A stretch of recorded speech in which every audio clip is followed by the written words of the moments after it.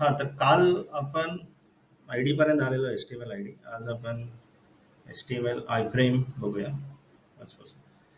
HTML आयफ्रेम म्हणजे काय की any HTML iframe is use to display a web page within a web page.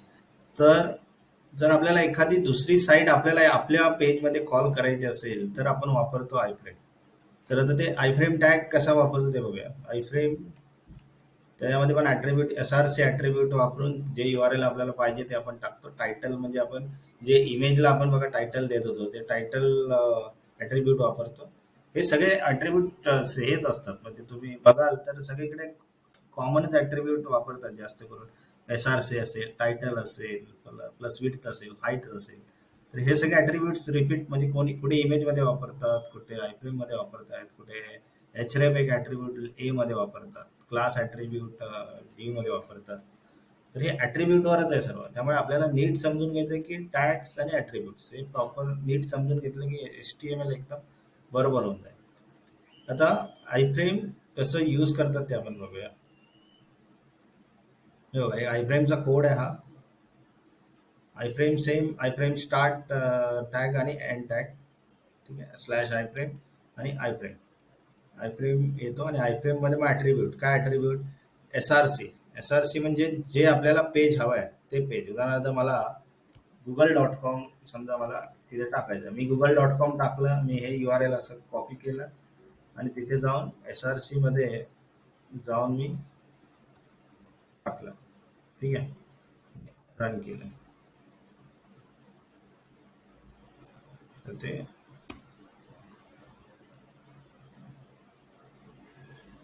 Okay.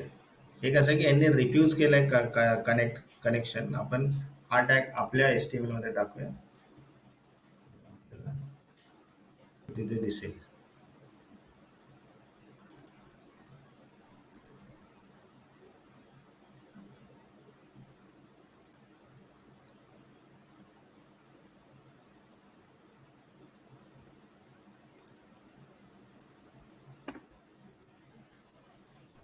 टेबलचा tag सगळं delete करतो. फ्रेम फक्त ठेवला, सेव्ह केला.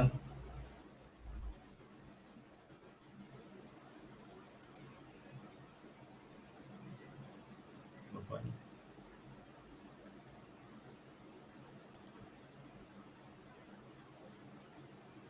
ओके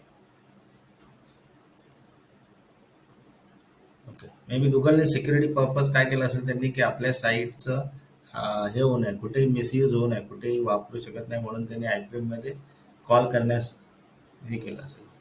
मग आपण इथे दुसरी साईट टाकूया.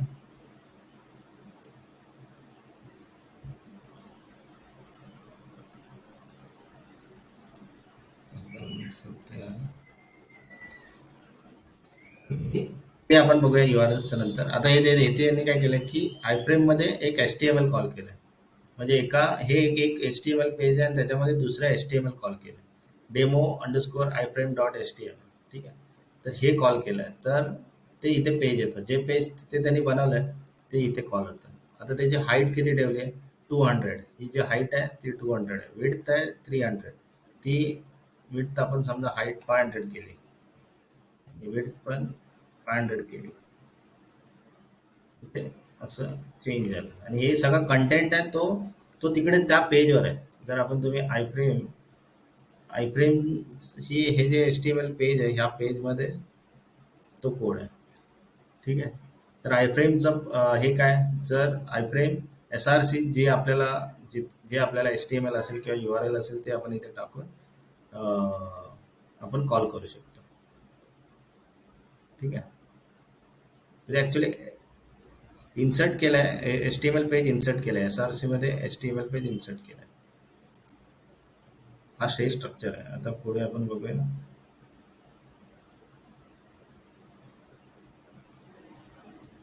CSS ने त्याने ओके ओके.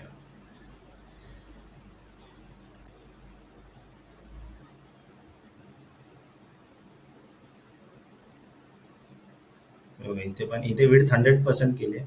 आपण जी विड्थ होती ती हाईट पिक्सल मध्ये दिली आहे आणि विड्थ 100 पर्सेंटमध्ये दिले. 100% मध्ये जो एरिया असेल त्याचा 100% एरिया तो घेतो. तर ती 100% अशी वर्क होते. म्हणजे त्याची वेट जरी कमी जास्त केली तरी ती प्रॉपर 100%च होते.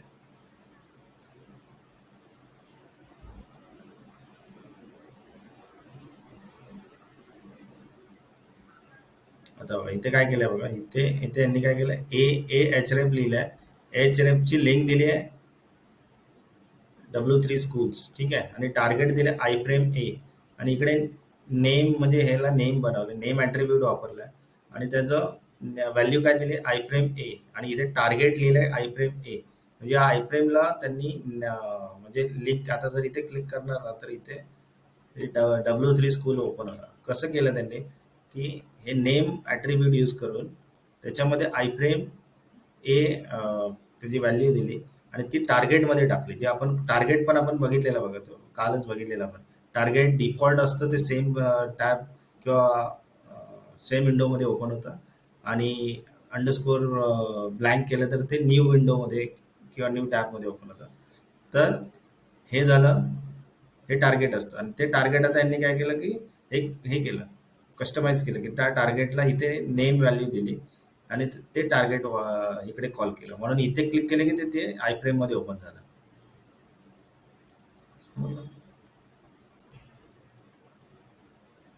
ठीक आहे, तर हे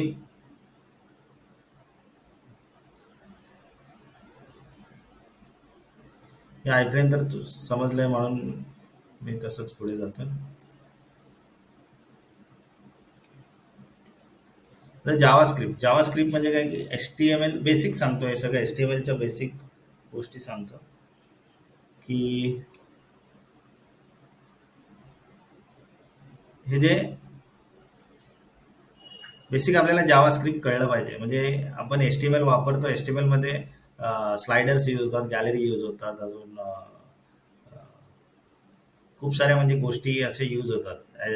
तर ते सगळं जावास्क्रिप्टने आपण करू शकतो. तर बेसिक जावास्क्रिप्ट थोडं अंडरस्टँडिंगसाठी फक्त आहे, ते मी तुम्हाला सांगतो की कसं ते स्क्रिप्ट वापरली आहे जावास्क्रिप्ट. आता हे कसं लिहिलं, यांनी काय केलं की पी हॅश डेमो काय लिहिलंय, PID डेमो फक्त ब्लँक लिहिलंय. इथे काय कंटेंट आहे का? इथे काही कंटेंट नाही. आता तो कंटेंट त्यांनी जावा स्क्रिप्ट थ्रू कॉल केलाय. कसं केलाय, तर जावा स्क्रिप्टसाठी काय करायचं, स्क्रिप्ट टॅग असतो ते मेन्शन करण्यासाठी. म्हणजे की स्क्रिप्ट लिहिलं आणि स्लॅश स्क्रिप्ट स्क्रिप्ट लिहिलं आणि त्याच्यामध्ये काय लिहिलंय की document dot get element by ID demo.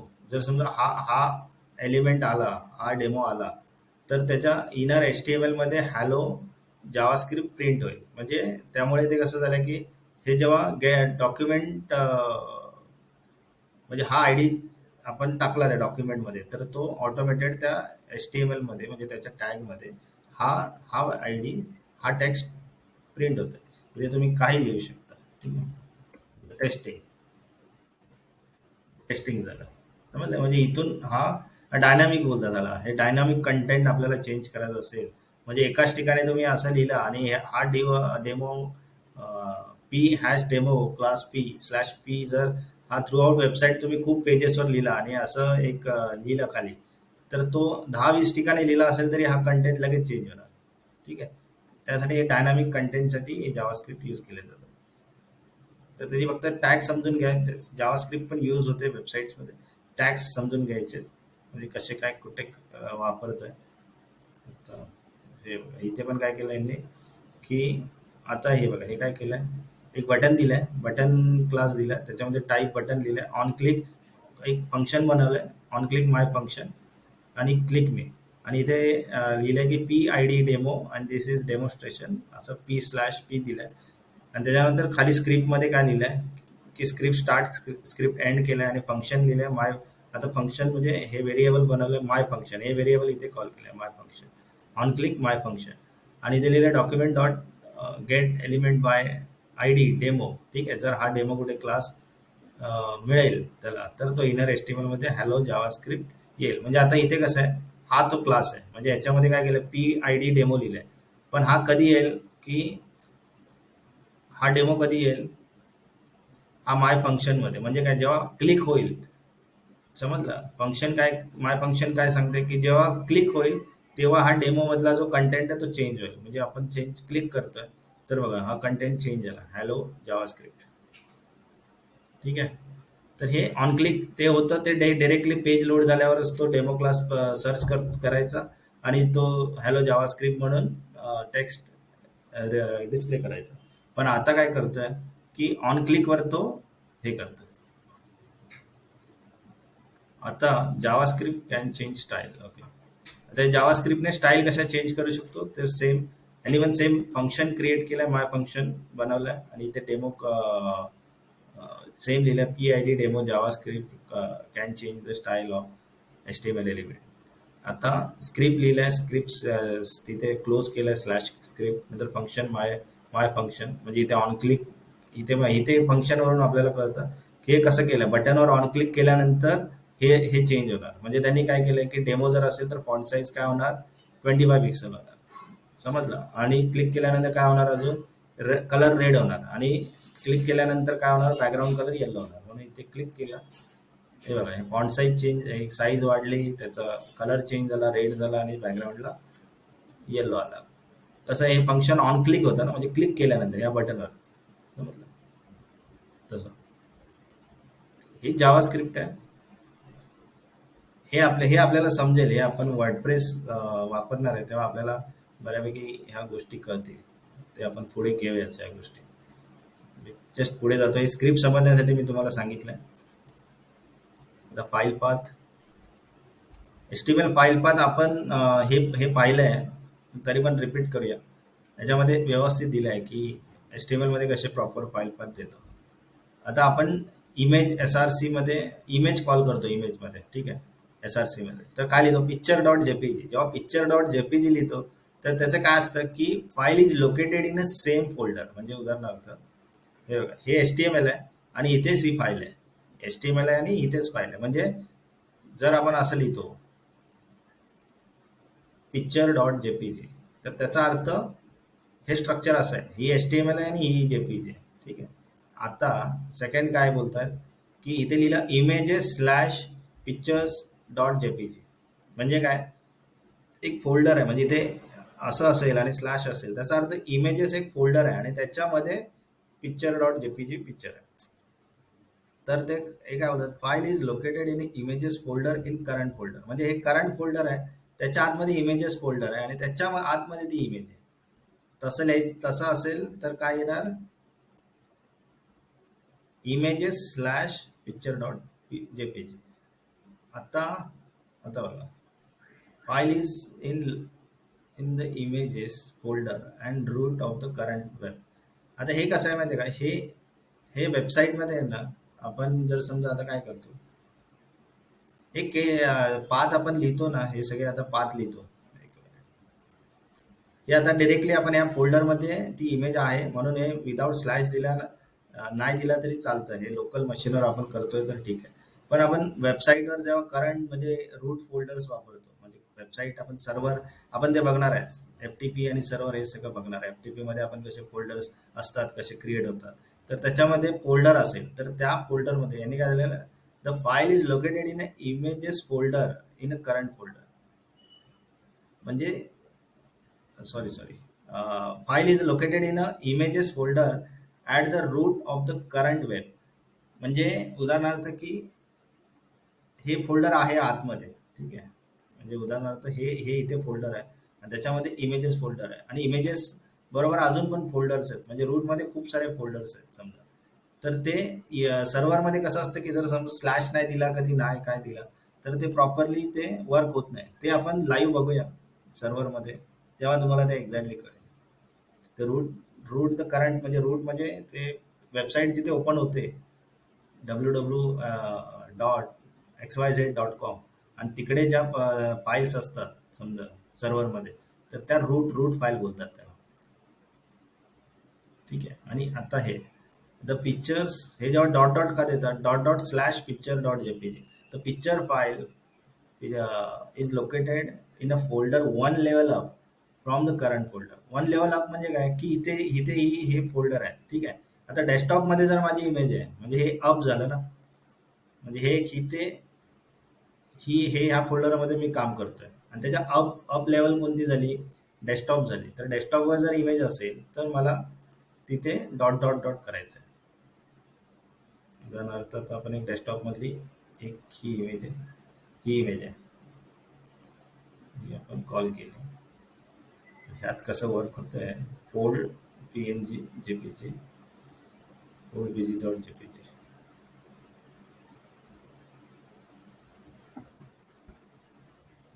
Fold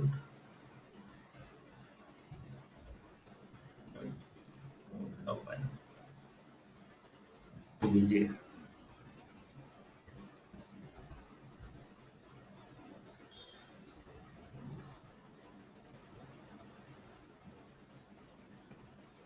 image मध्ये आपण करतोय त्यामुळे मी याच्यामध्ये टाकलं image SRC dot dot slash fold BG dot JPG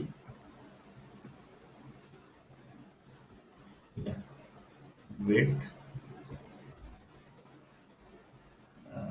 500 pixel, 500 म्हणजे height 200.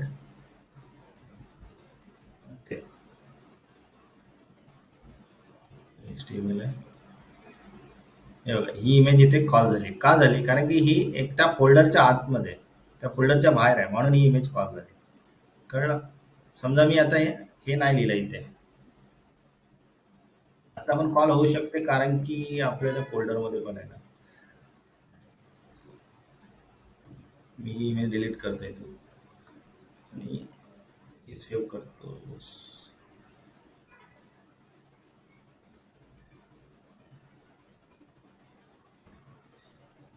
फ्रेम डिलीट केलंय मी आणि ही इमेज कॉल होत नाही. का नाही? कारण की ती इमेज नाही आहे तिथे. कळलं? तर त्यासाठी रूटमध्ये तिथेच फाईलमध्ये असेल तर फर्स्ट तर हे पाथ नीट समजून, हे फाईल पाथ एक्झाम्पल्स नीट समजून घ्या.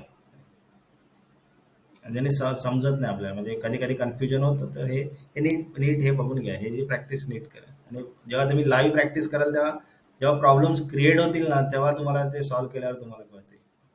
ठीक आहे. सेम ऍक्च्युली हे सेम पाथ म्हणजे सर्वांसाठी असतात. म्हणजे हे इमेजेससाठी पण असतील, तुमच्या त्या म्हणजे वेब पेजेस पण असतील, स्टाईल शीट्ससाठी पण असतील आणि जावा स्क्रिप्टसाठी पण असतील. या सगळ्यांसाठी हे सेम फाईल पाथ चालतात. आणि ऍब्सोल्यूट तर खूप इझी, जिथे फाईल आहे ते पूर्ण असा पाथ घ्यायचा आणि तिथे टाकायचा. ऍब्सोल्यूट सर्वात इझी, तो पूर्ण पाथ घ्यायचा आणि टाकायचा, त्याला काही नाही, म्हणजे काही टेन्शन नाही. फाईल हे रिलेटिव्ह पाथच आहे, तर आपण बाहेर घेतलेलं हे सगळे रिलेटिव्ह, ह्या रिलेटिव्ह पाथ बोलतात त्याला. ठीक आहे. पण मोस्टली रिलेटिव्ह पाथच ठेवतात, तर जेणेकरून साईट आपण शिफ्ट केली कुठे तर ते पाथ वर्क होतं. ठीक आहे. आता हेड सेक्शन बघूया. HTML head. हेड म्हणजे काय? आपण जेव्हा HTML पेज बनवतो त्याच्यामध्ये आपण हेड/हेड बनवतो. तर हेड सेक्शन म्हणजे आपण काय करतो हेड सेक्शन मध्ये, हेड एलिमेंट मध्ये काय करतो की the head element is a container of Meta data about data and is placed between HTML tag and the body tag. म्हणजे हेड टॅग आहे तो सर्वात टॉपला असतो, सर्वात म्हणजे HTML टॅग मध्येच असतो.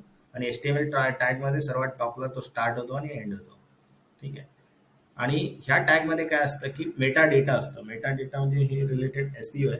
तर मेटा डेटा आपण यूज करतो. HTML Meta data is data about the HTML document. म्हणजे HTMLचं डॉक्युमेंट म्हणजे काय की पेजचं नाव काय आहे, म्हणजे पेजचं टायटल काय आहे, पेजचं कीवर्ड्स काय आहे, पेजचे डिटेल्स असतात, म्हणजे page title, keyword, SEO description. तर हे सगळे डिस्क्रिप्शन मेटाने आपण कॉल करू शकतो. तर ते मेटा म्हणजे मेटा इन्फॉर्मेशन आपण हेडमध्ये टाकतो. Meta data typically define the document. बघा, डॉक्युमेंट टायटल आपण त्याच्यामध्ये कॉल करू शकतो. त्याच्यानंतर कॅरेक्टर सेट आपण बघणार आहोत. स्टाईल शीट्स म्हणजे स्टाईल्स असतात, ज्या एक्सटर्नल स्टाईल्स शीट्स असतात त्या आपण तिथे कॉल करतो. स्क्रिप्ट, ज्या एक्सटर्नल स्क्रिप्ट असतात त्या कॉल करतो. आणि मेटा इन्फॉर्मेशन जे मी आता तुम्हाला बोललो होते की meta description, meta keyword, meta title, तर ते सर्व आपण कॉल करतो आता. आणि H T M L page title म्हणजे जे आपण फर्स्ट लेक्चरलाच आपण बघितलेलं की पेज टायटल आपण कसं कॉल करतो, की मेटामध्ये आपण टायटल लिहितो, स्लॅश टायटल लिहितो, आणि ते जे टायटल लिहितो ते कुठे लिहितो, defines title in the browser toolbar. हा हा जो ब्राउझर टूलबार मध्ये H T M L page title दिसतं, हे असं. ठीक आहे. आणि स्टाईल आपण तुम्हाला सी एस एस मध्ये आपण बघितलेलं की इंटरनल सी एस एस मध्ये आपण काय करतो की स्टाईल शीट कॉल करतो. मग ही अशी कॉल करतो, स्टाईल स्लॅश स्टाईल मध्ये आपण सी एस एस लिहितो. सी एस एस आपण बघणार आहे, पण हे हेड मध्ये आपण इंटरनल सी एस एस लिहितो. ठीक आहे. लिंक म्हणजे जर बाहेरचीच एक सी एस एस फाईल आपण बनवली तर ती लिंकने आपण कॉल करतो. म्हणजे link R E L style sheets आणि एच रॅप, जी कुठे फाईल पाथ असेल तो my style dot C S S same. आणि फाईल पाथसाठी सेम आपण आता बघितलेलं फाईल पाथ, तर ते प्रॉपर जसे फाईल पाथ असतील तसे मेन्शन करायचे. आता मेटा एलिमेंट्स काय असतं ते आपण ते आता बघूया. ठीक आहे. Meta elements define the character sets. हे कॅरेक्टर सेट्स हे थोडं पुढे आहे, आपल्याला डिटेलमध्ये कळणार आहे. कॅरेक्टर सेट्स काय असतात, UTF-8 काय आहे ते पुढे आहे. तर हे आपण डिफाईन करतो, हे डिफाईन करायलाच पाहिजे. HTML पेज आपण जेव्हा बनवतो तर हे कॅरेक्टर सेट आपल्याला हे मेन्शन करायलाच पाहिजे, कारण की त्याचं सपोर्ट्स असतात, ते आपण डिटेलमध्ये पुढे बघणार आहे. आता define keyword for search engine म्हणजे हे बघा, नेम ऑफ द कीवर्ड्स. म्हणजे एक पेज आपण बनवतो तर ते त्याचा एसईओ करतो, सर्च इंजिन ऑप्टिमायझेशन, तर ते त्याच्यासाठी मेटा नेम म्हणजे मेटा नेम लिहितो. आणि काय आहे की मेटा नेम कीवर्ड म्हणजे कीवर्ड्स काय असतात, H T M L, C S S, JavaScript. म्हणजे एक H T M L page आपण बनवतोय तर त्याचे कीवर्ड्स काय असू शकतात, तर ते कीवर्ड्स आपण लिहितो. समजलं. जर स्पोर्ट्स रिलेटेड असेल तर स्पोर्ट्सच्या रिलेटेड कीवर्ड्स असतील. तर define a description of your web page. आता हे डिस्क्रिप्शन काय असतं, मेटा नेम डिस्क्रिप्शन. डिस्क्रिप्शन म्हणजे पेज बद्दलची इन्फॉर्मेशन. जर आपण गुगलला हे सगळं गुगल डेटा इथे चेक करतं की एखादं पेज असेल तर गुगल चेक करतात मेटा नेम आहे का, मेटा नेम डिस्क्रिप्शन आहे का, परत ऑथर नेम आहे का. समजलं. तर हे सर्व तिथून कलेक्ट करतं गुगल इन्फॉर्मेशन. ते गुगलला ऍक्च्युली याच्यासाठी ह्या गोष्टी मेन्शन करणं गरजेचं असतं. आता define the author of a page. जर एखादं पेज आपण ब्लॉग पेज काहीतरी बनवतोय तर समजा त्याचं ऑथरचं नेम पण आपल्याला तिथे मेन्शन करायचं आहे, तर इथे मेटा नेम ऑथरचं नाव पण आपण तिथे देऊ शकतो. ठीक आहे. हे ॲट्रिब्यूट्स आहेत. मेटा टॅग आहे, मेटा टॅगला नेम ॲट्रिब्यूट यूज केलं आहे आणि सेम आहे. म्हणजे कॉन्सेप्ट बघितला तर बघा सेम आहे.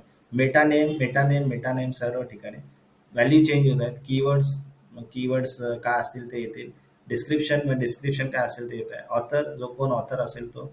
आणि HTTP इक्विप म्हणजे हे कसं आहे की हे हे काय करतं की रिफ्रेश डॉक्युमेंट एव्हरी 30 सेकंड्स. म्हणजे हे जर आपण असं लिहिलं 30, तर आपलं HTML पेज हे 30 सेकंदाला रिफ्रेश होतं 30-30 सेकंदाला.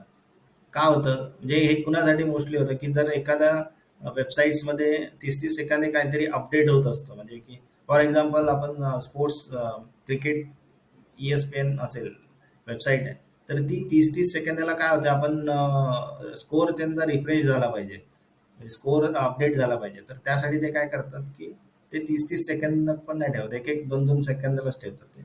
मग तसं लगेच अपडेट होतं, रिफ्रेश होतं ते पेज. मग स्कोअर अपडेट होतो. म्हणजे किती, एक बॉल झाला, 2 बॉल झाले, त्याच्यामुळे लगेच स्कोअर अपडेट होतो. त्यासाठी हे वापरतात. हा meta HTTP refresh 30 second automated refresh होतं 30 सेकंदाने. तुम्हाला रिफ्रेश करायची गरज नाही. Setting the viewport to make your website look good on all devices. म्हणजे हे जे आपण रिस्पॉन्सिव्ह जो प्रकार आहे, वेबसाईट्स आपण रिस्पॉन्सिव्ह करतो, म्हणजे ऑल डिव्हाइसेसमध्ये आपली वेबसाईट चांगली दिसण्यासाठी आपण हा कोड लिहितो. हे जर कोड लिहिला नाही तर आपण जे पर्टिक्युलर ब्राउझरला आपण CSS लिहितो किंवा स्टाईल करतो तर ते अप्लाय होणार नाही. त्यामुळे हा कोड इम्पॉर्टंट आहे. व्ह्यू पोर्ट जे असतील तर ते व्ह्यू पोर्ट कंटेंट काय, विड्थ, डिव्हाइस विड्थ, आणि स्केल आहे 1.0. ठीक आहे. तर हा रिस्पॉन्सिव्ह वेबसाईट जी कोणत्या पण रिस्पॉन्सिव्ह वेबसाईट असतील तर तिथे हा टॅग असतो. जर हा टॅग नसेल तर तुमचं ते रिस्पॉन्सिव्ह वर्क होणार नाही. बरोबर. ठीक आहे. तर त्यासाठी हा टॅग आपण यूज करतो. रिस्पॉन्सिव्ह पण आपण पुढे डिटेलमध्ये आहे ते आपण तेव्हा तिथे बघूया. तर हे झाले हेडमध्ये. आपण हेड बघतोय. हेडमध्ये आपण काय काय येतं ते बघितलं. हेडमध्ये आपण काय काय बघितलं की हेडमध्ये टायटल येतं, हेडमध्ये मेटा डिस्क्रिप्शन येतं, लिंक्स म्हणजे आपण कॉल करतो की स्क्रिप्ट जावा स्क्रिप्ट असेल, स्टाईल शीट्स असेल. ठीक आहे. आणि व्ह्यू पोर्ट बघितलं. व्ह्यू पोर्ट जे रिस्पॉन्सिव्ह वेबसाईट्स करायचं असेल तर व्ह्यू पोर्ट बनवतो, स्क्रिप्ट्स कॉल करतो. ओके.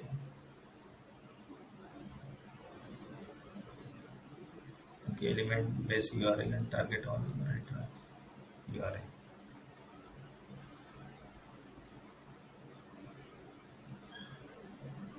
ओके. हे एक बेस बेस म्हणजे काय माहिती आहे का की element specify the base U R L and or target for all relative U R Ls in all page, in a page. तर हे कसं आहे बेस यू आर एल म्हणजे कसं आहे की इथे बेस यू आर एल हेडमध्ये मेन्शन केलं करतात की हे सगळे यू आर एल्स आहेत ना, हे इकडूनच कॉल होणार. ठीक आहे. म्हणजे हे आपण वर कॉल केला तर हे जर आपण लिहितो ना तर याचा अर्थ हे यू आर एल कसं आहे माहिती आहे का की http://schools.com/images/stickman.zip. तर हे हे असं यू आर एल आहे. ठीक आहे. ही इथे दिसतंय रिलेटिव्ह पण ते तो बेस यू आर एल आहे. त्याचं बेस यू आर एल आहे ते म्हणजे सर्व फाईल्स तिकडे आहे. समजलं. तर तर ते सर्व फाईल्स तिकडे आहेत तसं ते हे करतंय. म्हणजे जे टार्गेट ओपन होणार आहेत ते लिंक्स आहेत, एचरेप आहेत ऍक्च्युली हे. म्हणजे एच टी पी जर असेल, H T T P R R L तर क्लिक केल्यानंतर ते न्यू टॅबमध्ये ओपन होतं. हे आपण डेमो बघूया.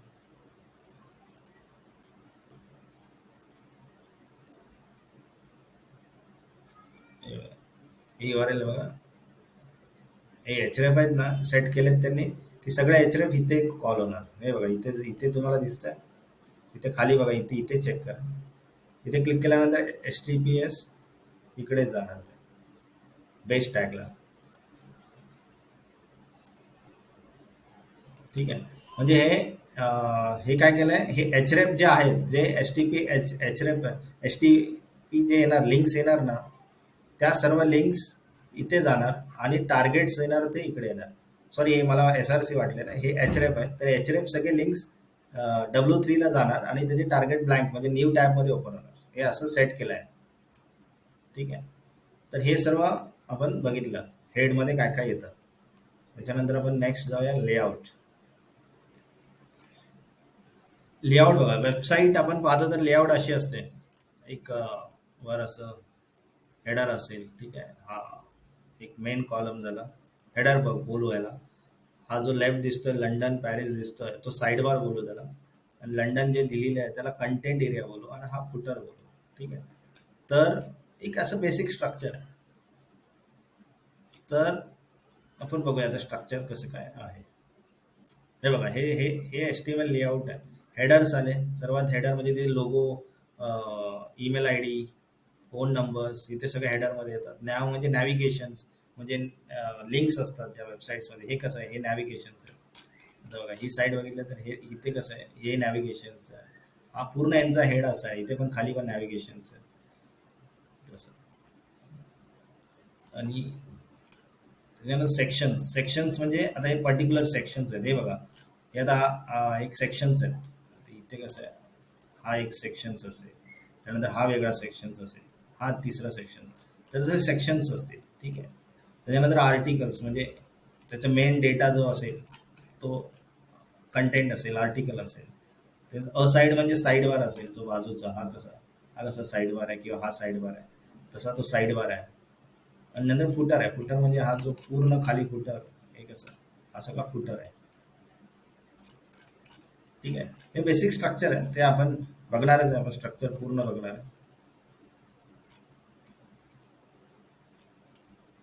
त्यांनी फक्त सांगितलं की हे वेबसाईट स्ट्रक्चर आहे, तर हे स्ट्रक्चर आता HTML मध्ये कसं बनवायचं.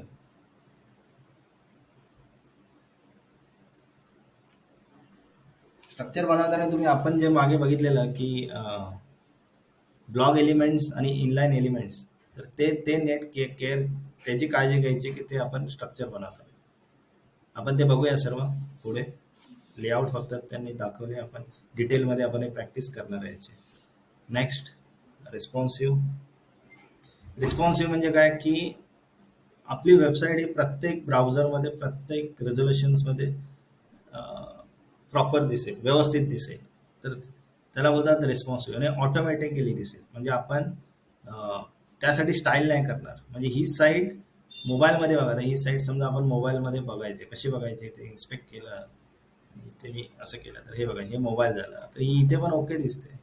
ठीक आहे. आता ह्याच्यामध्ये अजून आयपॅड बघितलं, आयपॅड ही साईज काय 320x480, याला रोटेट केलं, रोटेट केल्यावर असं दिसतंय. मग अजून थोडं मग आयपॅडचे काय रेझोल्युशन आहे, आयपॅड मिनी 760, हे आता 100%, हे एवढं मोठ्या स्क्रीनमध्ये पण बरोबर दिसतंय. आणि हे झालं फुल रेझोल्युशन म्हणजे डेस्कटॉप रेझोल्युशन, तिथे पण चांगलं आहे, बरोबर दिसतं. तर हे काय झालं, काय बोलतात की रिस्पॉन्सिव्ह डिझाईन बोलतात त्याला.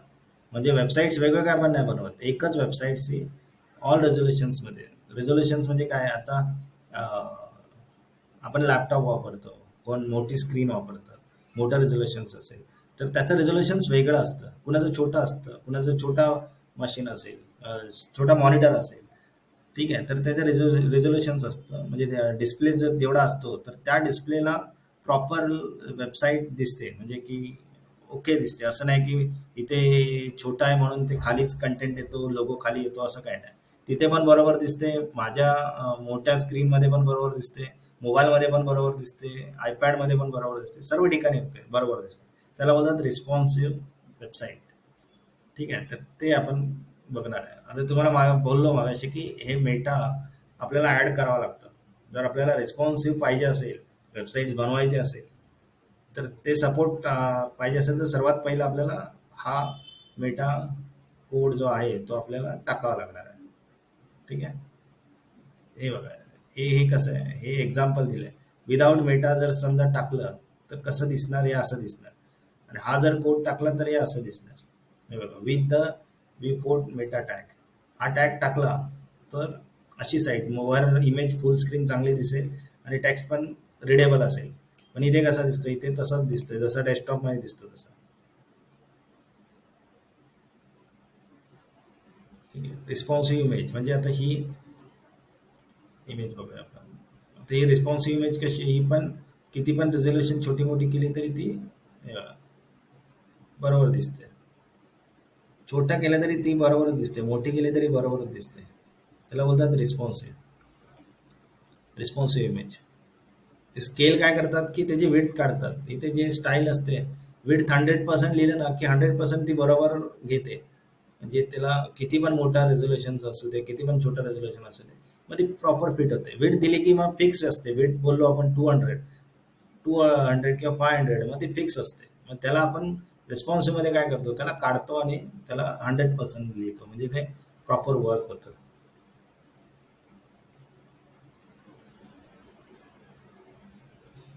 हे हे SRC सेट म्हणजे हे रिस्पॉन्सिव्ह एक इमेज असेल तर ती आपल्याला वेगवेगळी इमेज द्यायची असेल समजा इमेजेस ह्याच्यासाठी, तर हे आपण हे बघितलेलं पिक्चर्स, आपण हा टॅग आपण बघितलेला की source S R C set म्हणजे तेच रेझोल्युशन्सला सेट करतोय आपण की मीडिया काय असेल, मॅक्स विथ 600.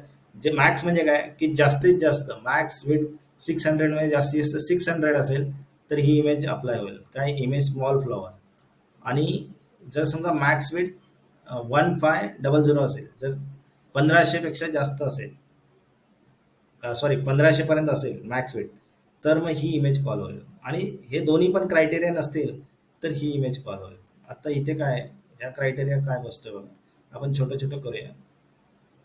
हे बघा, हे स्मॉल फ्लॉवर आहे, हे 600चं मॅक्स मला बसतोय. आता आता हे 600 दिसणार. आता 600 पेक्षा थोडा मोठा होणार ना तर काय दिसणार. आता काय आलं, 600 पेक्षा मोठं झाल्यावर इमेज फ्लॉवर्स म्हणजे फ्लॉवर्सची इमेज आली. ठीक आहे, इमेज फ्लॉवर्स. आता अजून मोठं करूया, म्हणजे डिफॉल्ट मध्ये आपण जाऊया.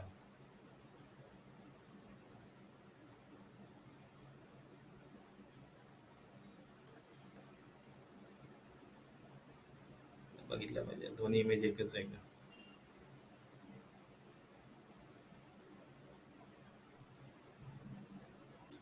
ही इमेज त्यांनी कॉल केली आहे. ही इमेज हीच इमेज आहे ना, हीच इमेज कॉल केली आहे सर्व ठिकाणी. आता ही इमेज आहे ना, आपण ही इमेज बघूया काय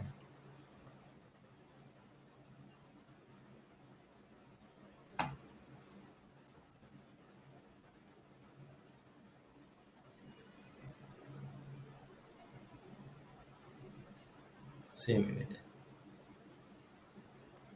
ठीक आहे. तर हे मीडिया आपण मीडियाने मॅक्स विड्थ आणि मेन विड्थ मेन्शन करू शकतो. हे डिटेलमध्ये आपण बघणार आहे. CSS मध्ये आपल्याला हे खूप चांगल्या प्रकारे कळेल. आता responsive text size. Text size पण कसं आहे की आता टेक्स्ट पण कसे असतात, जर आपण मोठे साईज लिहिली 52 पिक्सल दिला तर ते मोबाईलमध्ये 52 पिक्सल एवढा मोठं ते वर्क नाही होणार. मग त्यासाठी काय करतात की EM मध्ये आपण CSS लिहितो किंवा मोस्टली EM मध्येच लिहितो. ते EM कसं वर्क होतं ते पण EM कन्व्हर्टर आहे पुढे, तर ते आपण बघणार आहे. म्हणजे फॉन्ट साईज आपण रिस्पॉन्सिव्ह मध्ये कंट्रोल करतो. म्हणजे कम्प्लीट पूर्ण डिझाईनला आपण कंट्रोल करतो की इमेजेसला असेल, टेक्स्टला असेल, टेक्स्ट साईज किती छोटी पाहिजे की म्हणजे कधी कधी काय असं डेस्कटॉप मोठा असतो म्हणून मोठी फॉन्ट साईज असते किंवा मोठा हेडिंग असते, आणि छोटा असेल तर मग त्याला ती कम्पॅरेटिव्हली ती तशी तशी छोटी पाहिजे, एवढी मोठी चालू शकत नाही डेस्कटॉप सारखी. तर ते तसं आपण सेट करतो. ते सगळं डिटेलमध्ये प्रॅक्टिकलीच करणार आहोत. CSS मध्ये हे सगळं डिटेल आहे. ठीक आहे. आपण जरा पुढे जाऊया.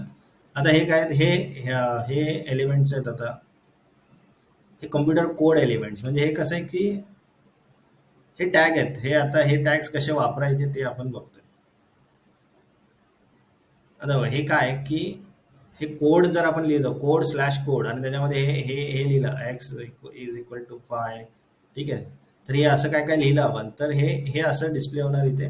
तर हे थोडं वेगळं वाटतंय. तुम्ही फॉन्ट साईज बघितली थोडी वेगळी वाटते. ठीक आहे. ह्याची फॉन्ट साईज वेगळी वाटते, ह्याची वेगळी वाटते. आणि थोडं डिसेंट वाटतंय, म्हणजे की फॉन्ट साईज थोडी छोटी वाटते. स्पेसिंग जरा ठीक वाटतोय.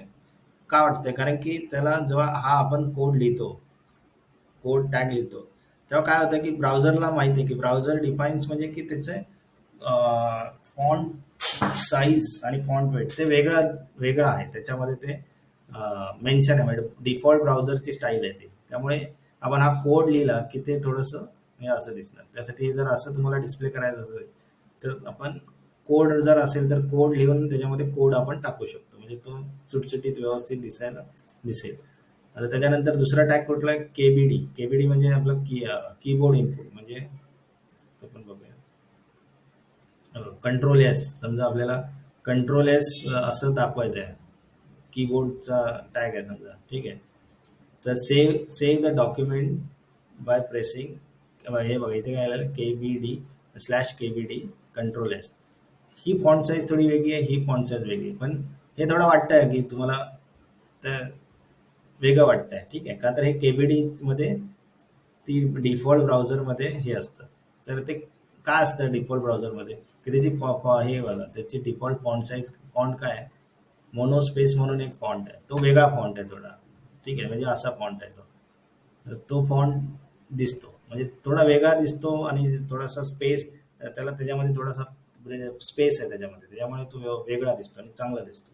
त्यासाठी हे हे आपण डिरेक्टली हे CSS करत बसायची गरज नाही. हे का सांगतायत की नाहीतर काय होतं, आपण इथे स्पॅन लिहितो आणि स्पॅन इथे स्लॅश स्पॅन लिहितो किंवा डिव लिहितो आणि त्याला मग थोडीशी स्टाईल करतो.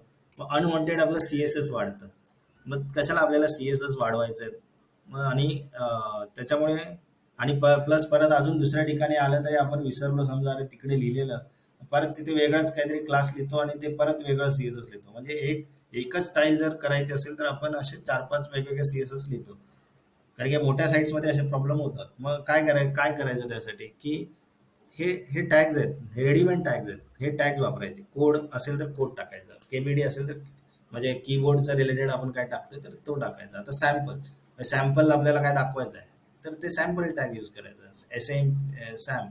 तर हे काय करतो बघा की element is use to define is sample output from a computer program. म्हणजे आता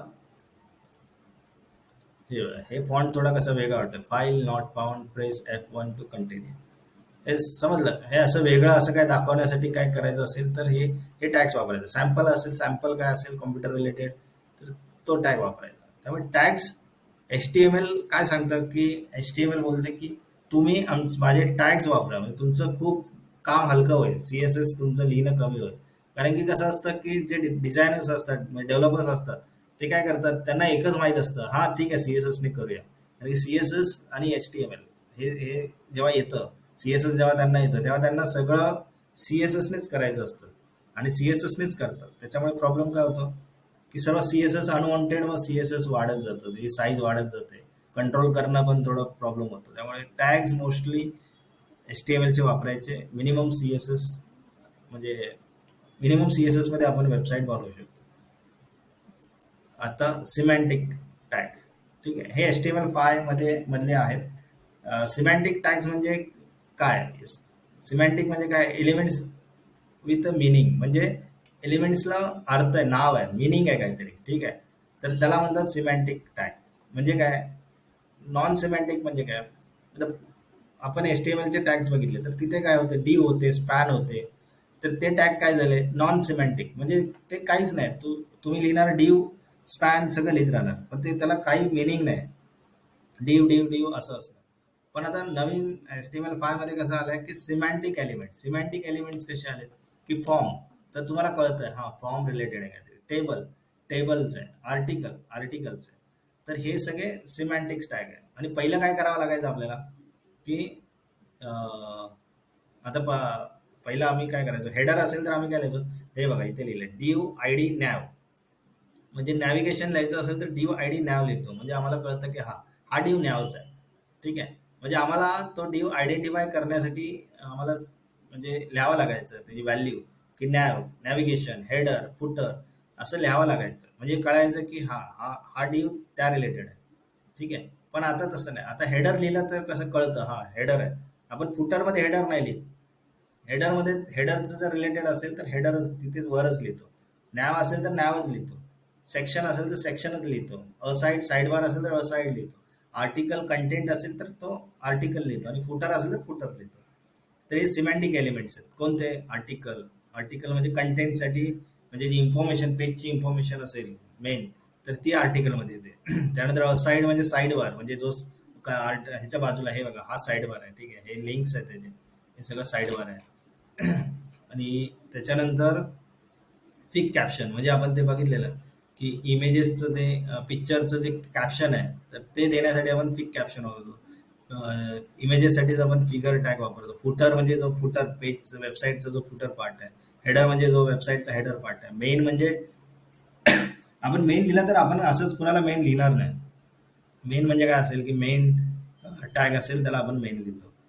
मार्क टॅग आपण कालच बघितलेला, mark tag, navigation tag, section tag, summary tag आणि टाइम टॅग. तर जे मिनिंगफुल आहेत हे टॅग मिनिंग आहेत, म्हणजे लिहिलं तर तुम्हाला कळेल. टाइम म्हणजे टाइमच्या रिलेटेड, समजलं. टाइम मध्ये डेट नाही टाकणार तुम्ही, टाइम मध्ये टाइमच टाकणार,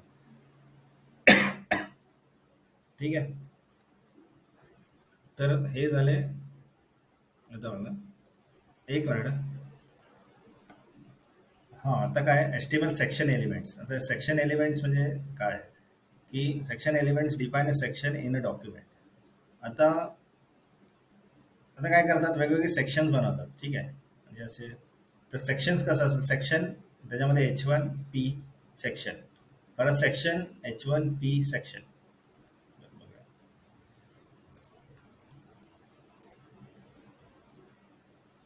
हे बघ, हे हे हा एक सेक्शन झाला. हा WWF म्हणून एक सेक्शन झाला.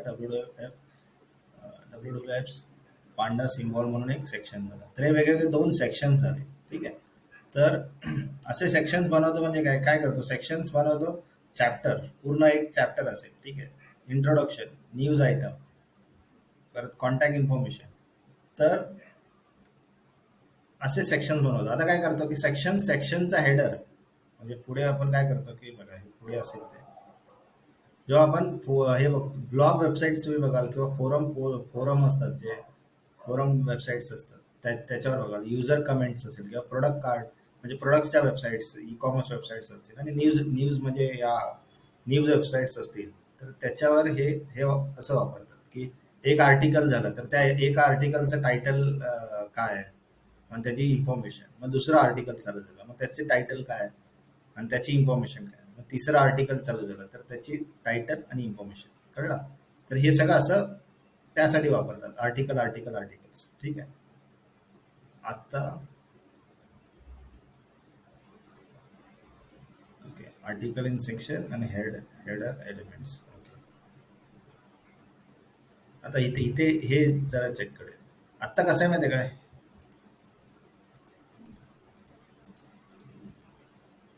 आता इथे कसं आहे की हे आर्टिकल आहे एक आणि त्या आर्टिकलमध्ये हेडर आहे. म्हणजे एक आर्टिकल आपण वापरतोय त्याच्यामध्ये हेडर आहे आणि त्याच्या हेडमध्ये आपण H1 लिहितोय, H1 what does WWF do.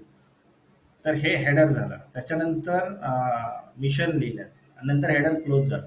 हेडरमध्ये काय आली इन्फॉर्मेशन की बेसिक त्याचं टायटल आलं आणि एक पॅराग्राफ आला. ठीक आहे. त्याच्यानंतर मग त्याच्या आर्टिकलचं मेन म्हणजे कंटेंट आला परत.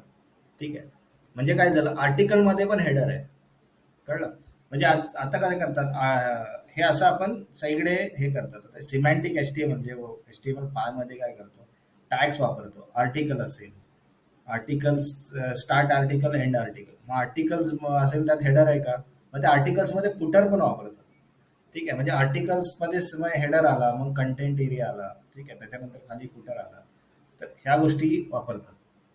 म्हणजे सेक्शन सेक्शन सेक्शन. समजलं का? आता फुटर फुटर लिहिला आणि फुटर असं केलं, पी आणि ए लिंक केला. ते फुटरसाठी फुटर लिहिलं की कळेल फुटर आहे तो. जर आपण एका सेक्शन मध्ये हेडर लिहिला तर कळतं की त्या सेक्शनचा तो हेडर आहे, हे लक्षात ठेवा. म्हणजे हे स्ट्रक्चर तुम्हाला समजण्यासाठी सांगतोय. जर मेन हेडर लिहिला तर समजेल तो पेजचा हेडर आहे, आणि एखाद्या सेक्शन किंवा आर्टिकल मध्ये जर हेडर लिहिला तर समजेल की त्या आर्टिकलचा हेडर आहे. कळलं? एवढं फक्त लक्षात ठेवा. आपण त्याच्या आतमध्ये नेस्टेड आपण लिहितो तर तो त्याच्या पर्टिक्युलरचा असतो. आणि आता नॅव्हिगेशन, नॅव्हिगेशन पण तसंच. मेन नॅव्हिगेशन असेल तर मेन नॅव्हिगेशन. आता साईड बार मध्ये पण नॅव्हिगेशन असेल आणि त्याच्यामध्ये नाव लिहिलं तर तो साईड बार साईडचा नॅव्हिगेशन नॅव असेल. साईड म्हणजे साईड बार साठी साईड वापरतात. हे इमेजेस साठी हे हे बघा, याच्यामध्ये लिहितो म्हणजे इमेज कॉल करतो तर त्याच्यामध्ये बघा काय इमेज टॅग पण आहे आणि पिक कॅप्शन पण आहे. इमेज कॉल केले त्याचं कॅप्शन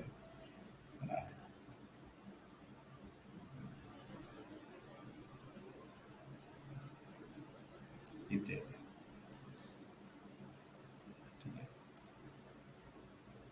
आता बघा, why semantic element. According to W3C, a semantic web allows data to shared and reuse across application, enterprise, and communities. Okay. म्हणजे सिमॅन्टिक एलिमेंट्स का वापरतायत, की सिमॅन्टिक एलिमेंट्स वापरतायत की तो जो डेटा आहे तो रियूज होतोय. ठीक आहे. म्हणजे उदाहरणार्थ रियूज करू शकतो. म्हणजे आता मी बोललो ना तुम्हाला की आर्टिकलमध्ये हेडर असू शकतो, आर्टिकलमध्ये फुटर पण असू शकतो. तर त्या सेक्शन, प्रत्येक एक सेक्शन्स क्रिएट होतील. सेक्शन्समध्ये आर्टिकल असेल, सेक्शन्समध्ये हेडर असेल, सेक्शन्समध्ये फुटर असेल. तर ते रियूज प्रत्येक ठिकाणी यूज होऊ शकतील आणि ते रियूज होऊन ते सिमॅन्टिक म्हणजे समजतं ते की ओके ह्या आर्टिकलचा तो हेडर आहे, ओके ह्या पेजचा तो हेडर आहे. समजलं? त्यासाठी हे सिमॅन्टिक एलिमेंट्स वापरत आहेत. हे बघा, हे कसं लिहिलं की articles define independent self content content. ठीक आहे.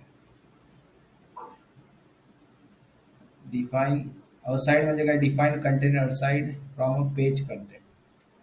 म्हणजे साईड बार, म्हणजे जो साईड बार असेल.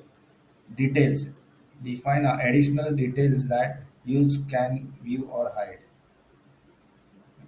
Define a caption or a field caption. म्हणजे हे बघा, हे टॅग्स कसे सिंपल आहेत की जे टॅग्स आहेत ते लिहिलंय तसंच आहे, म्हणजे तसंच ते वर्क मोस्टली करतात. फुटर म्हटलं तर फुटर, फिगर म्हटलं की ते त्यामध्ये आपण डायग्राम असेल किंवा फोटोज असतील किंवा कोड काय लिस्टिंग काय असेल तर ते आपण त्यात कॉल करू शकतो.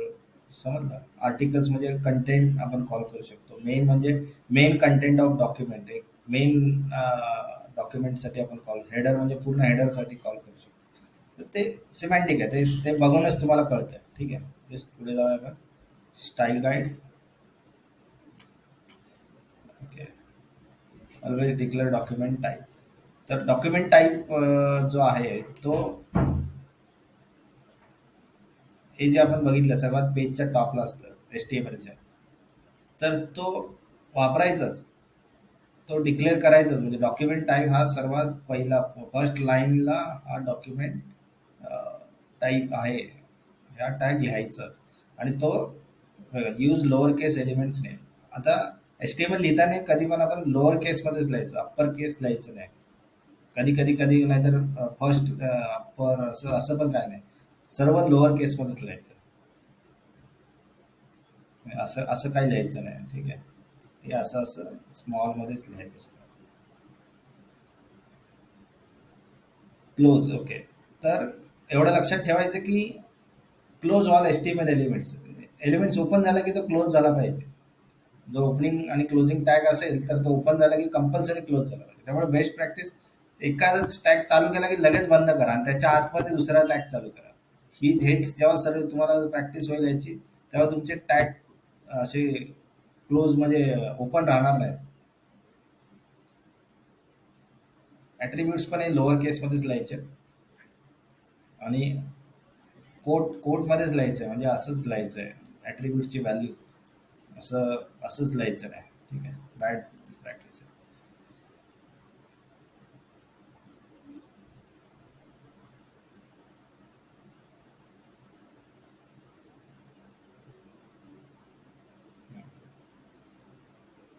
आणि इमेजमध्ये कधी पण विड्थ आणि हाईट डिफाईन करतात. आणि स्पेसिंग स्पेसिंग देतात.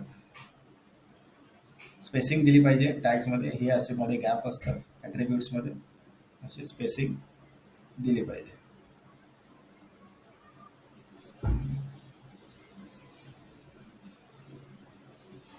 हे हे हे बघा, हे इक्वल साईन पाहिजे प्रॉपर, बरोबर. तिथे पण स्पेसिंग नाही पाहिजे, इथेच स्पेसिंग पाहिजे.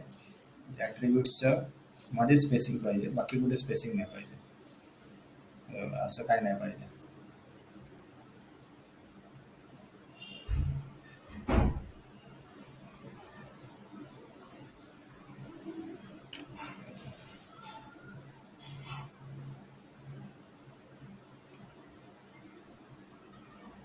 आणि तुम्ही जे लिहिता, जे कोड लिहिता तो व्यवस्थित थोडासा लिहित जा, म्हणजे समजेल की प्रॉपर टॅग आता हे असं लिहिलंय तर कळत आहे.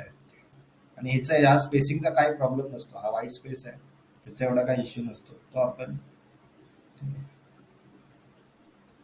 तर हे असं लिहिलं तर काय होतं की ते प्रॉब्लेम होऊ शकतो की समजणार नाही, नीट समजत नाही कोड. एच टी एम एलमध्ये जर एडिट करायला गेलं तर नीट समजणार नाही. त्याच्यामुळे बेटर आहे की थोडंसं स्पेस बीस देऊन एक एक सेक्शन वेगवेगळा ठेवण्याचा प्रयत्न करायचा. हे बघा, असं टेबलचं एक्झाम्पल पण यांनी दिलं की असं असं टेबल दिलं तर तुम्हाला इझिली कळेल. हे टी आर आहे, इथे स्लॅश टी आर आहे, इथे टी आर आहे, इथे स्लॅश टी आर आहे. हे तुम्हाला तुम्हाला समजण्यासाठी हे तुम्हाला इझिली कळेल. जेव्हा तुम्ही एक्सपर्ट आहात तेव्हा अशा कोडमधून पण तुम्ही काम कराल, काही प्रॉब्लेम नाही. आता बघा, हे सगळं एक एक लाईनमध्ये लिहित आहेत, असं एकाच ह्याच्यात नाही लिहित, एकाच लाईनमध्ये नाही लिहित. पेजमध्ये कधी पण टायटल स्किप करायचं नाही, ते कंपल्सरी लिहायचं.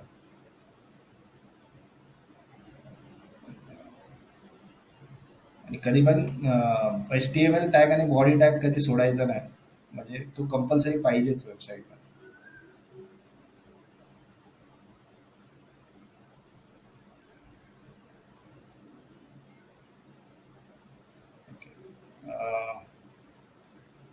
आपण जे ब्लँक टॅग बोललो ना, म्हणजे उदाहरणार्थ बी आर असेल, इमेज टॅग असेल, तर ते असं आपण क्लोज करू शकतो.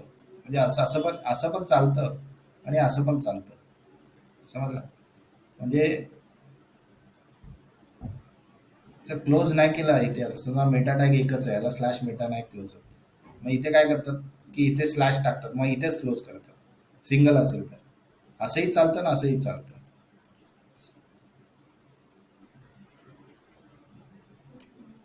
ओके, लँग्वेज ॲट्रिब्यूट पण टाकत टाकत जा.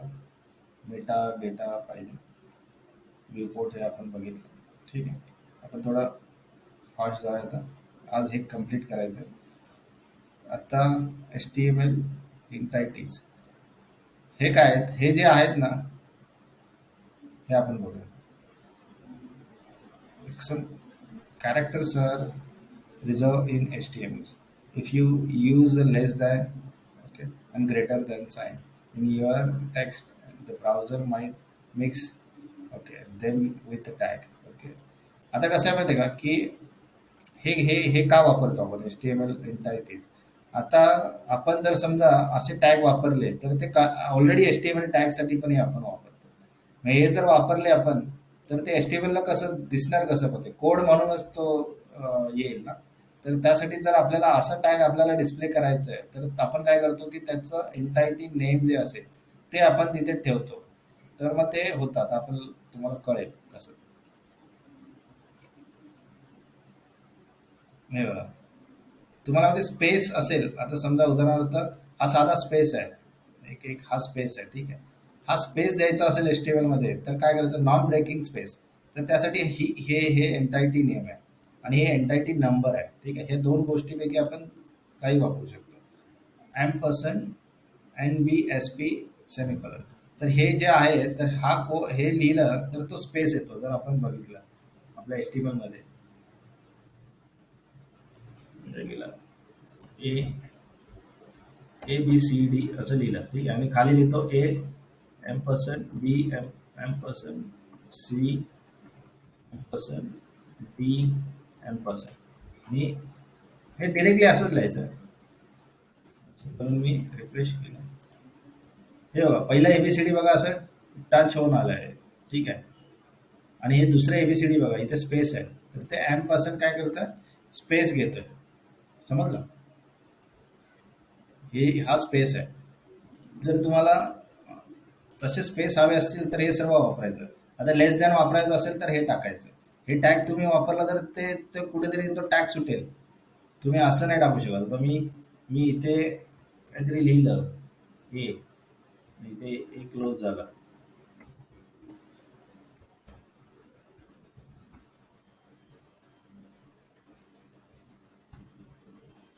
ठीक आहे, आता मी ह्याच्यामध्ये जर असं केलं तर ते नाही चालणार, बरोबर. तर तो मिसिंग टॅग होणार. तर ते जर आम्हाला पाहिजे तर मी काय करेल की इथली व्हॅल्यू वापरेल, ही व्हॅल्यू वापरेल, ठीक आहे. त्यामुळे हे लक्षात ठेवा, इथे सगळे रिझल्ट दिलेत. हे असे रिझल्ट तुम्हाला हवे असतील ना तर ते इथले एंटायटी नेम आणि एंटायटी नंबर्स वापरून आपण करू शकतो, ठीक आहे. सेम फॉर ह्याच्यासाठी. थोडं फास्ट जातो मी आता. आता HTML सिम्बॉल.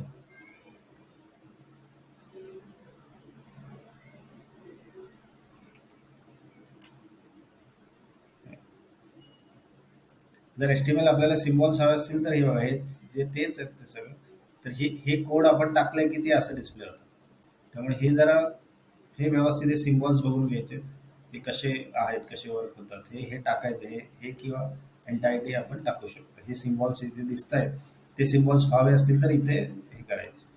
त्यामुळे सिम्बॉल्स तेवढे नीट बघून घ्यायच्यामध्ये ते आपण वापरू शकतो. एमोजीस.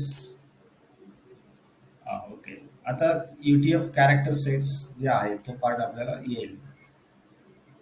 तर आता UTF कॅरेक्टर सेट्स आपण का वापरतो, पेजमध्ये हे कंपल्सरी आपण हे सेट करतो. UTF कॅरेक्टर सेट काय असतं की UTF-8 का सेट करतो, कारण की हे बघा इथे बघा, UTF-8 covers almost all the characters and symbols in the world. म्हणजे सगळे कॅरेक्टर्स आणि सिम्बॉल्स आहेत त्याच्यामध्ये कव्हर आहे, म्हणून ते आपल्या पेजमध्ये सपोर्ट असण्यासाठी आपण UTF-8 हे वापरतो, ठीक आहे. हे असं वापरतो, मेटा कॅरेक्टर सेट UTF-8, ठीक आहे. हे कंपल्सरी आपण वापरतो. आता समजा इटिओपिएट कॅरेक्टर वापरलं तर काय त्याचे ऍडव्हान्टेज सांगतो बघा. आता त्यांना काय करायचं की एबीसीडी समजा लिहायचं फॉर एक्झाम्पल, तर यांनी काय केलं की एबीसीडी साठी पण त्यांच्याकडे ते आपण जे बघितलेले ते व्हॅल्यू, तर ते तसं आहे. ॲम्परसँड हॅश 65 म्हणजे ए, 66 म्हणजे बी, 67 म्हणजे सी, ॲम्परसँड हॅश 67. समजलं? म्हणजे हे हे तुम्हाला आपले सिम्बॉल्स असे किंवा काय वापरायचे असेल तर ते असे टाकले की ते आपण यूज डिस्प्ले होतात तसे ते. ठीक आहे. आता कॅरेक्टर सेट्सवर जाऊया आपण. त्याच्यामध्ये बघा हे जे स्पेशल कॅरेक्टर्स असतात, हे एक्सप्लेनेशन, डॉलर, प्लस, मायनस, ठीक आहे, ॲट द रेट, तर हे सगळे आता बघा हे सगळे सपोर्टेड आहेत बिटवीन कॅरेक्टर सेट. बघा स्पेस असेल तर 32 आपण लिहू शकतो. 32 म्हणजे तुम्हाला कळलं ना, ते हॅश आपण लिहिलेलं ना, हे बघा हे तर हा फॉर्मॅट सेम राहणार, हॅश आणि ॲम्परसँड, आणि त्याच्या पुढे 32 लिहिलं तर काय होणार, स्पेस येणार. 33 लिहिलं तर काय येणार, एक्सप्लेनेशन येणार. ठीक आहे. तर हे सगळे कॅरेक्टर सेट्स आपण वापरू शकतो. हे एवढे खूप आहेत. म्हणजे तुम्हाला फक्त हे नीट बघायचे कॅरेक्टर सेट्स, जे पाहिजे ते पटकन येणार ते, खूप मोठे. त्यासाठी आपण एक कॅरेक्टर सेट्स वापरतो. ओके. आता हे H T M L uniform resource locator, हे URLs आहेत. हे आपण वेबसाईट्समध्ये URLs असतात, तर ते कसे असतात, ठीक आहे. हे बघा इथे व्यवस्थित त्यांनी दिले आहे की स्कीमा म्हणजे काय, की define a type of internet service most common HTTP और HTTPS. आपण वेबसाईट यूज करतो ते बघा इथे आपण क्लिक करतो, असं वेबसाईटवर क्लिक करतो तर इथे बघा इथं HTTPS, ठीक आहे, ते स्कीमा झालं HTTPS. त्याच्यानंतर प्रिफिक्स काय झालं, प्रिफिक्स झालं हे www डॉट, ठीक आहे. त्याच्यानंतर डॉट, आणि नंतर काय आलं, डोमिन, म्हणजे हे डोमिन झालं. W3schools.com हे डोमिन झालं. आपल्याला बोलतात ना की डोमिन बुक करा, तर ते हे डोमिन झालं. आपण बुक करताना असं करतो, W3schools.com असं करतो, WW डॉट असं नाही करत. ठीक आहे. ते डोमेन झालं. पोर्ट म्हणजे काय, त्याचे पोर्ट असतात, तर ते 80:80 किंवा 83 हे सगळे आपण वापरतो. ते पोर्ट तुम्हाला कळतील सी पॅनल येथे यूज करताना. पाथ, आणि त्याच्यानंतर जर कुठली सर्व्हरमध्ये डिरेक्टरी असेल तर स्लॅश, आता हे कसं HTML आहे तर हा पाथ झाला /HTML URL एन्कोड. तर हे पाथ झाले. ठीक आहे, याला बोलतात पाथ. सॉरी, हा पाथ झाला HTML. आणि त्याच्या पुढे जे ती दिलं HTML आणि हे .asp लिहिलं आहे, तर ते झालं फाईल नेम, ही फाईल झाली. कळलं? तर हे URL आहे, म्हणजे ह्याला बोलतात URL. समजलं? Uniform resource locator. आणि साईट्स, आता ही HTTP आहे, त्याला बोलतात सेक्युअर साईट. समजा HTTPS आहे म्हणजे बोलतात HTTPS सेक्युअर बोलतात, आणि नॉन सेक्युअर बोलतात. ही कसं, SSL सर्टिफिकेट जेव्हा आपण वेबसाईटमध्ये टाकतो तेव्हा HTTPS होते, आणि जर ते नसेल तर डिफॉल्ट HTTP असतं. नेक्स्ट जाऊया. मोस्टली संपलंच आहे.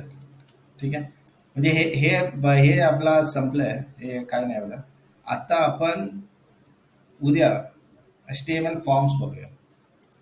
उद्यापासून आपण फॉर्म्स बघूया. मला वाटतं उद्या मोस्टली आपण सर्व कव्हर करूया, आणि HTML कव्हर होईल आपण. ठीक आहे.